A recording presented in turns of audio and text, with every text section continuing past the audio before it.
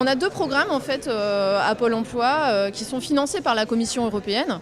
Donc il y a un programme qui s'appelle Your First Job qui pour les personnes de moins de 35 ans et Reactivate qui est pour les personnes de plus de 35 ans. Et ce sont deux programmes similaires.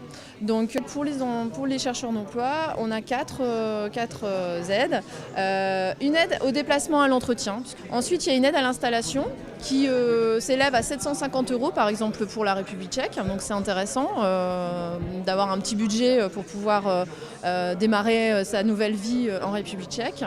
Une aide à la reconnaissance de diplôme, si votre emploi demande à ce qu'on reconnaisse le diplôme, si c'est un emploi, une profession réglementée par exemple, on peut financer, vous verser une aide financière pour la reconnaissance. Et puis une aide à la formation en langue.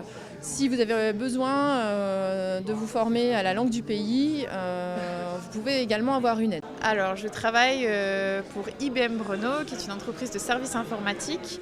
Et en fait, on doit recruter beaucoup de personnel francophone, puisqu'on a des clients qui exigent un service délivré en langue française. Donc, je travaille notamment en lien avec les institutions françaises en République tchèque et avec les universités pour promouvoir le fait qu'à IBM Brno, on a besoin de personnel francophone. On a différents postes, donc que ce soit des postes de service à la clientèle, au poste de coordinateur d'équipe jusqu'au poste de manager. Et l'un des atouts principaux qu'on recherche, c'est la langue française. C'est-à-dire qu'on cherche vraiment des francophones.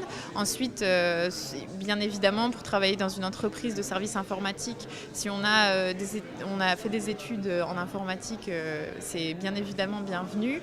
Mais sur des postes type service à la clientèle, on forme nos employés dès leur arrivée. Et donc l'atout principal, ça reste la langue française.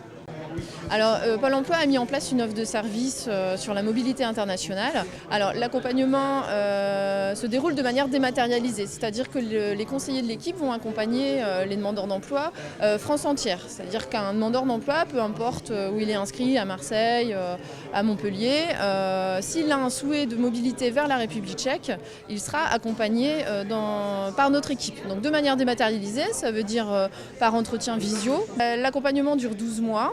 Et puis le conseiller va regarder un peu le projet de la personne, pourquoi elle souhaite partir là-bas, quelles sont ses motivations, est-ce qu'elle connaît les techniques de recherche d'emploi. Donc si ce n'est pas le cas, elle va l'accompagner en fait sur tous ces aspects, c'est-à-dire faire son CV en anglais par exemple, parce que ça c'est indispensable quand on recherche un emploi à l'étranger.